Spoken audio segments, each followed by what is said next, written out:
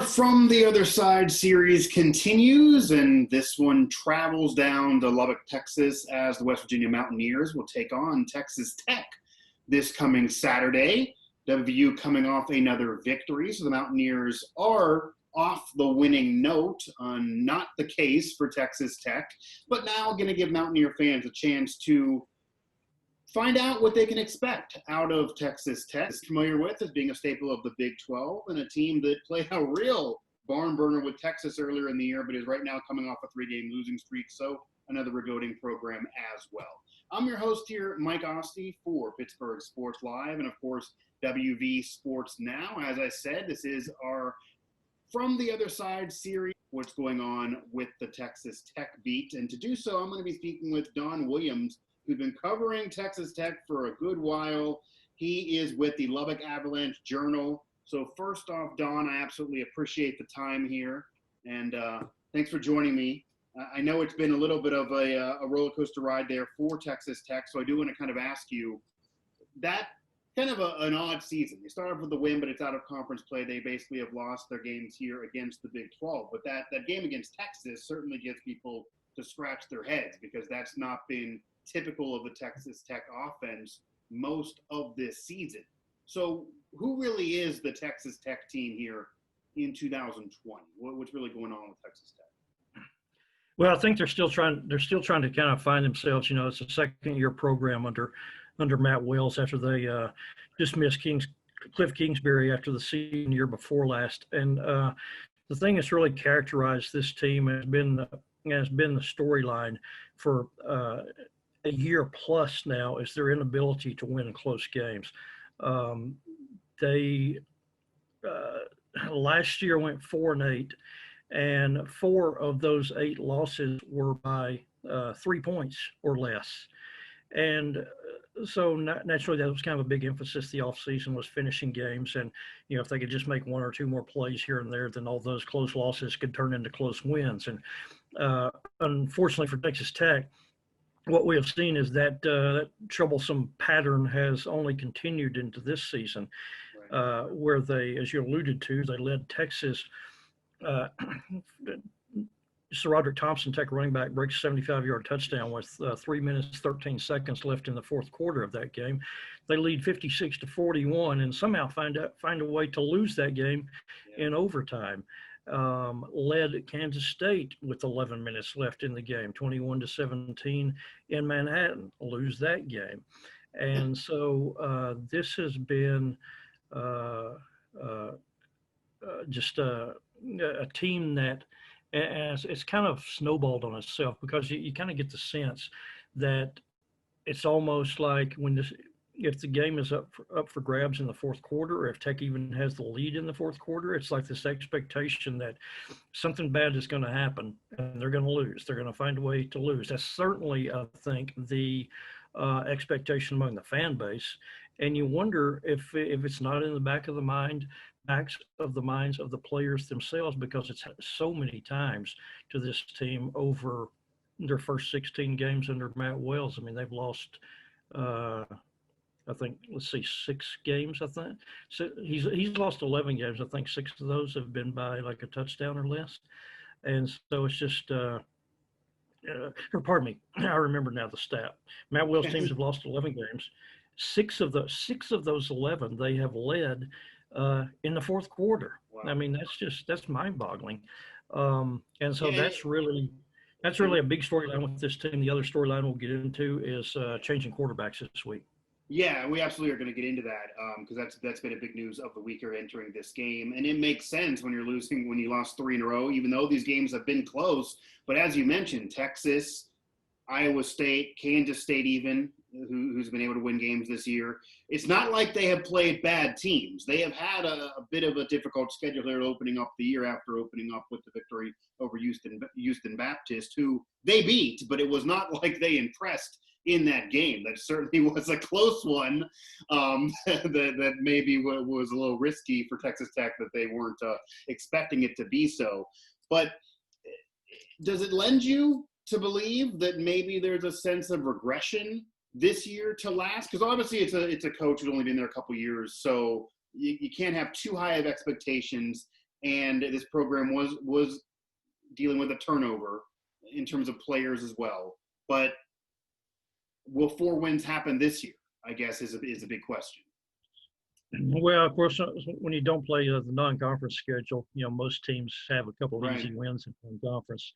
Right. When you don't play the non-conference schedule, it's tough to see this team getting to 4 wins with where they are sitting right now with only 1. And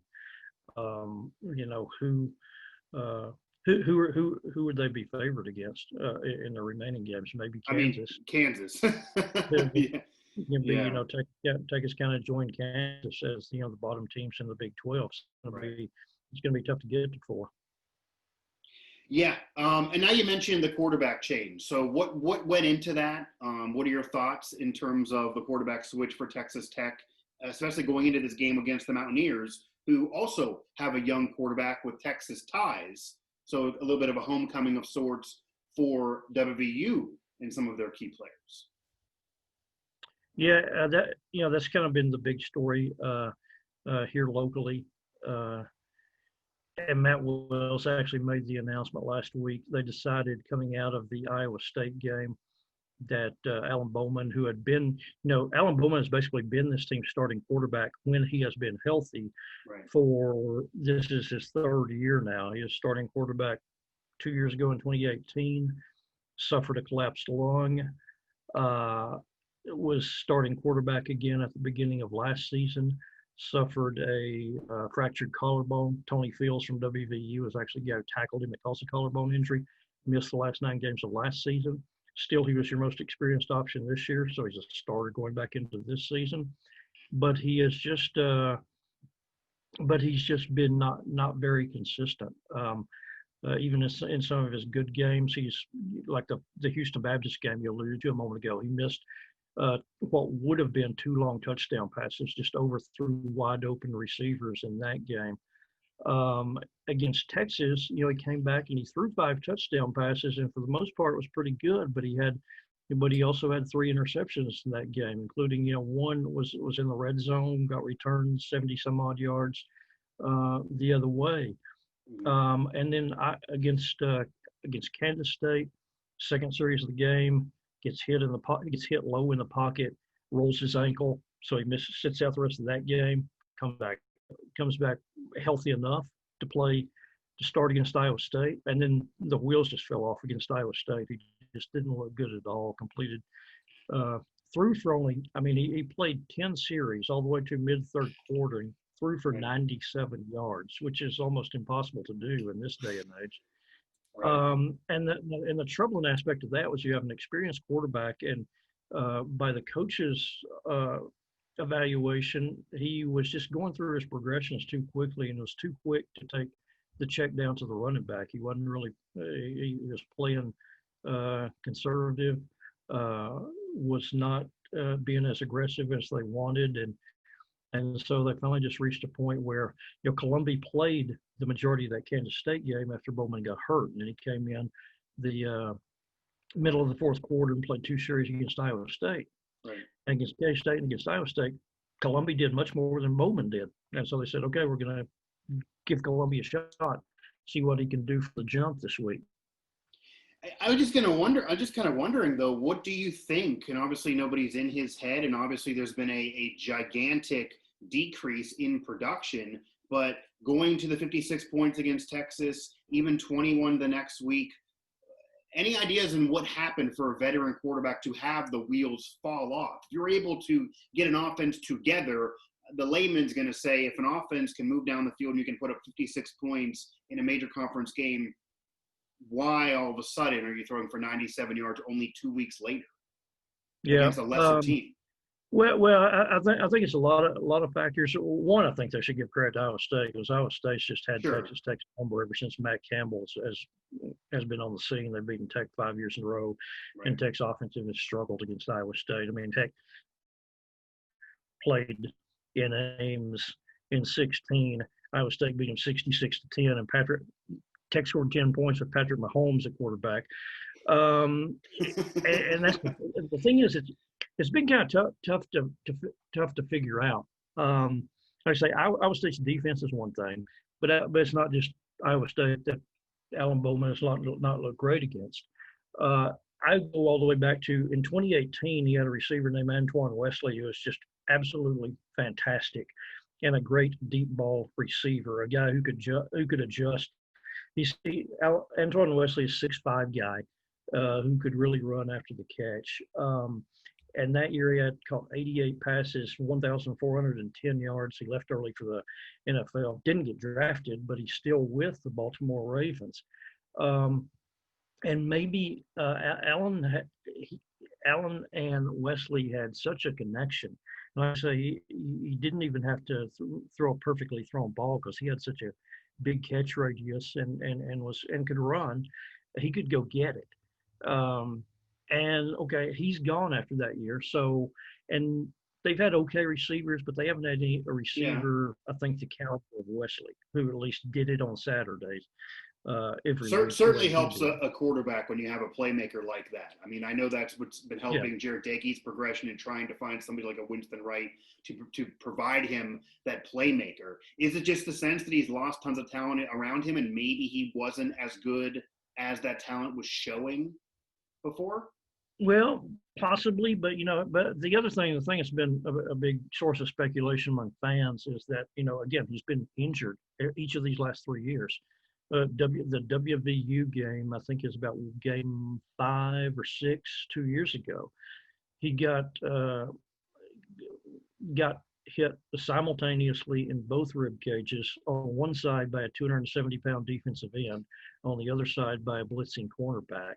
I haven't really seen a hit like it. I mean, it was literally simultaneously. He took shots in the ribs from both sides, suffered the collapsed lung, missed some time, came back, then took another hit in the midsection, caused the second instance of the collapsed lung later that year against Oklahoma. Then again last year, game 3 of the season, non-conference finale, suffers the broken collarbone, misses the last 9 games. Right. This year, he goes down, takes a low hit in the pocket. Nothing really. Takes a low hit in the pocket. His ankle rolls up. Just has to miss the majority of the K-State game. So speculation among fans say, well, Bowman he has never looked the same. He's always looked tentative coming back from the collapsed lung. They said that last year, that he got the reason he wasn't great last year. So he's playing scared because of the collapsed lung, and that's only compounded with all of these other injuries that he's had.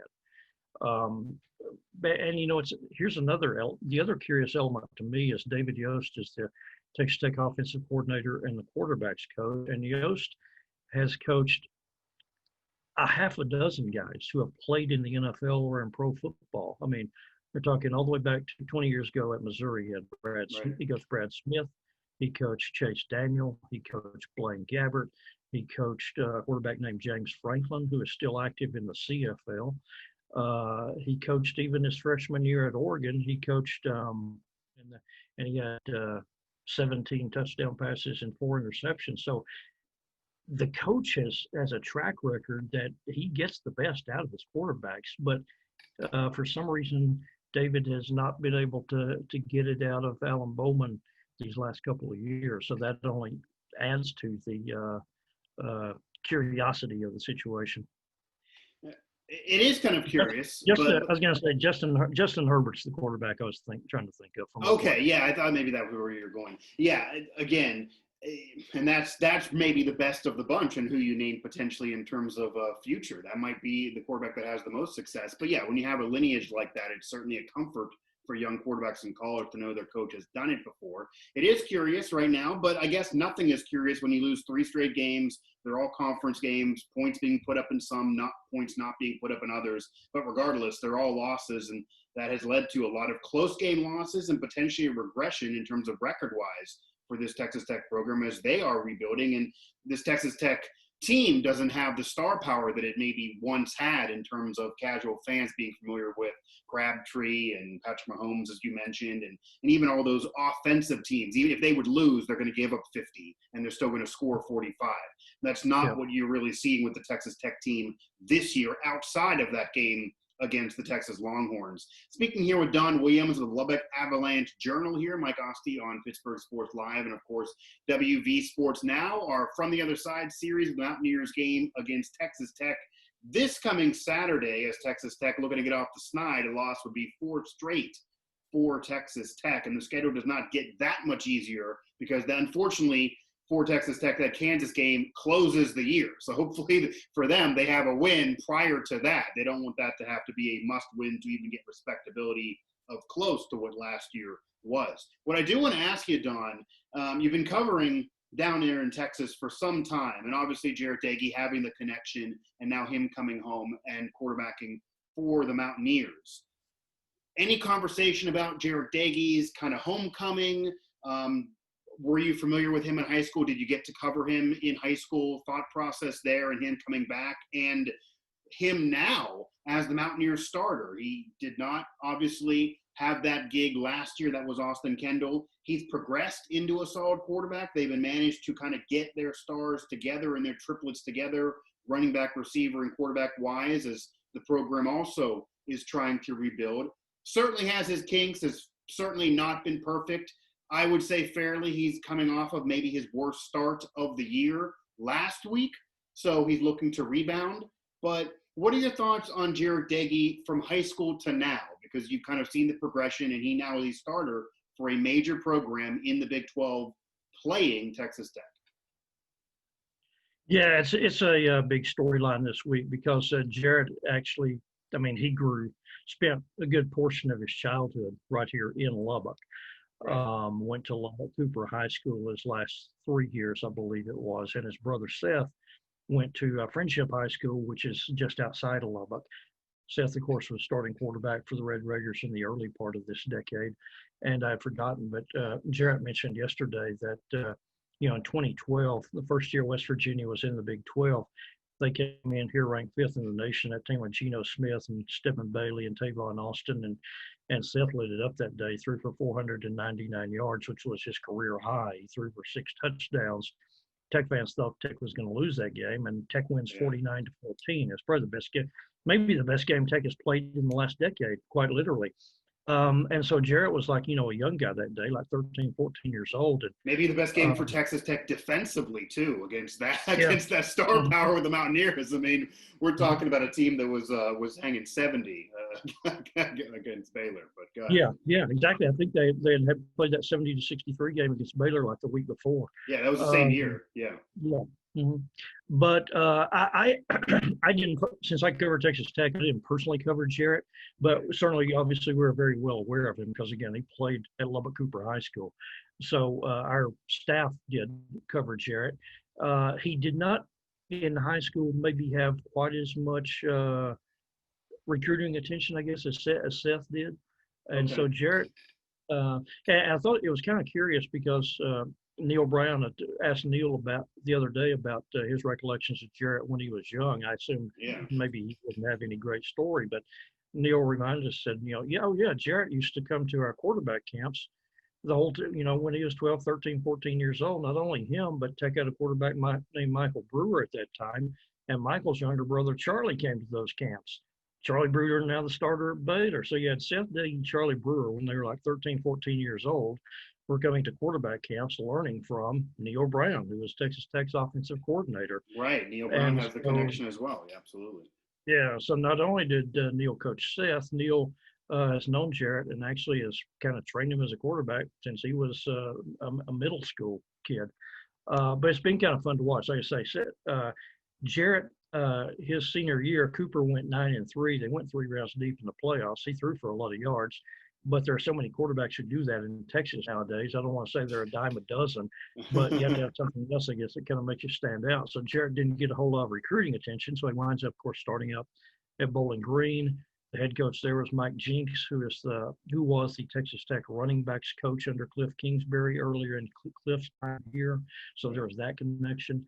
And then when the Bowling Green staff broke up, then Jarret's looking for someplace to go. And hey, known Coach Brown since I was 13 years old, and know him very well, know all about him, and so voila, there he is at West Virginia, And I mean, it certainly worked out for him. And Austin Kendall didn't really have the offensive line and kind of the weapons with even Lady Brown this year emerging last year. But regardless, this has all worked out for Jarret Doege. It's earned him a starting spot here in the Big 12 with a coach he's very, very familiar with. And now some support around him as the Mountaineers continue their progression to try to rebuild. Don Williams here out of the Lubbock Avalanche Journal. Go ahead. Well, I was going to say, I remember it was last year when Texas Tech played West Virginia. I believe it was looked it up, last November 9th up there. I remember that was, I guess, the day that Neil kind of turned to Jarret, if I remember correctly. Right. Because they're kind of grumbling about, Austin Kendall's not, they're not doing anything. Where are they going to put Doege in? Let's see him. And they put Seth in. I think Seth let a late touchdown there in the fourth quarter, and I believe he's kind of been the guy ever since. Yeah, pretty much. Yeah, pretty much. Yeah, Austin Kendall is certainly a distant memory for Mountaineer fans, and it does seem like consensus that Jarret Doege's going to be the guy here moving forward for the Mountaineers. Again, speaking with Don Williams of the Lubbock Avalanche Journal here, Mike Asti here from the other side series for WV Sports Now and Pittsburgh Sports Live. Don, as we close things up, what is the process for you for this Texas Tech program for the future? Because this year might be a regression from last year, but as you mentioned, maybe there's a mulligan because of COVID and you're losing some of those out-of-conference games that normally are victories, although that close game to Houston Baptist was by no means a guarantee with that final score. But it's a Texas Tech program that there's history there, there's star power that's been there, doesn't seem to be there now. There is a door wide open in this conference with Oklahoma taking a step back and no one really grabbing the bull by the horns, and Oklahoma State really, really good, but they're going to lose some kids again after this season. The Mountaineers still probably are a year or so away. Same thing seems to be the case for Baylor and some others. And yet Texas Tech kind of floundering in there doesn't really get the national attention as some of these others. It seems almost maybe a question mark of where this program is headed. So I guess I will ask you, where do you believe this Texas Tech program is headed in the future? And does this season really, I guess, matter in terms of the future of Texas Tech?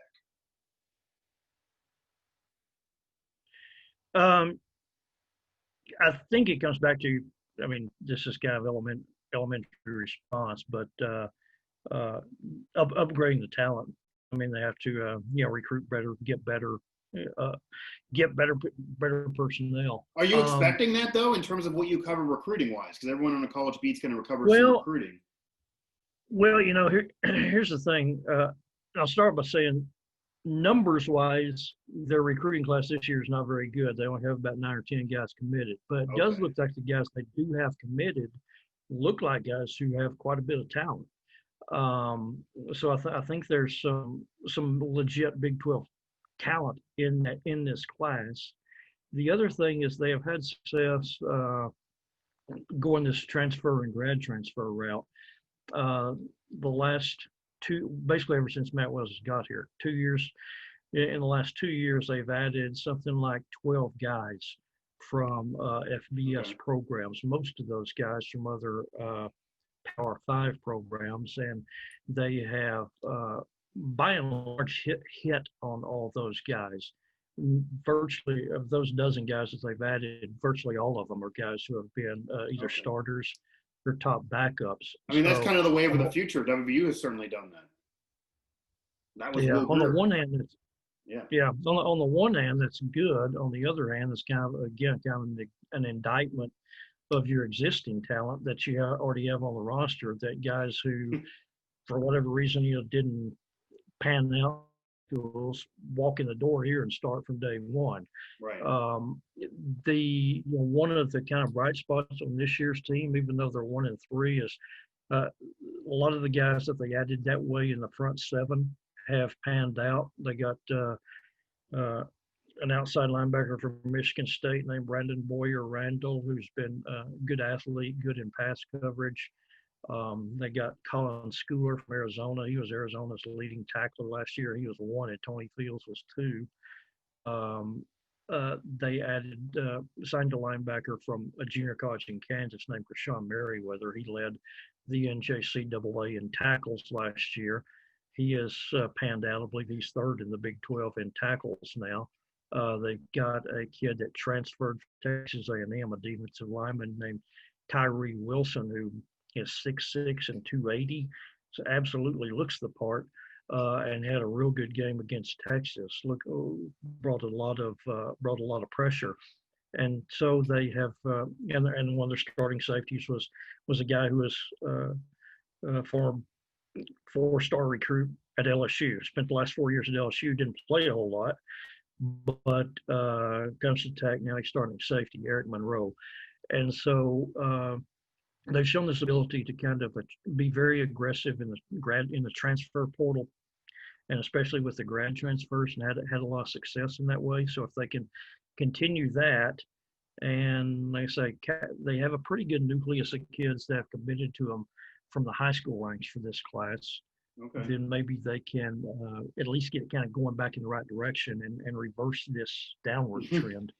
Yeah, because it doesn't appear right now they're in the right direction. But again, it's hard to gauge this year with the pandemic, because teams that are rebuilding, WVU certainly included in that as well, Texas Tech, it was a shorter off season, harder to administer new players, especially when you're doing a quarterback change mid-season. It's a tougher road, and we've even seen that with the powerhouses, Oklahoma taking a step back with a young quarterback as well. So young quarterbacks trying to immerse themselves in major conference football this year, going to be more difficult than ever before. So certainly that's right now coming to roost for Texas Tech, but they're going to get to see what happens with a young quarterback after the veteran kind of floundered.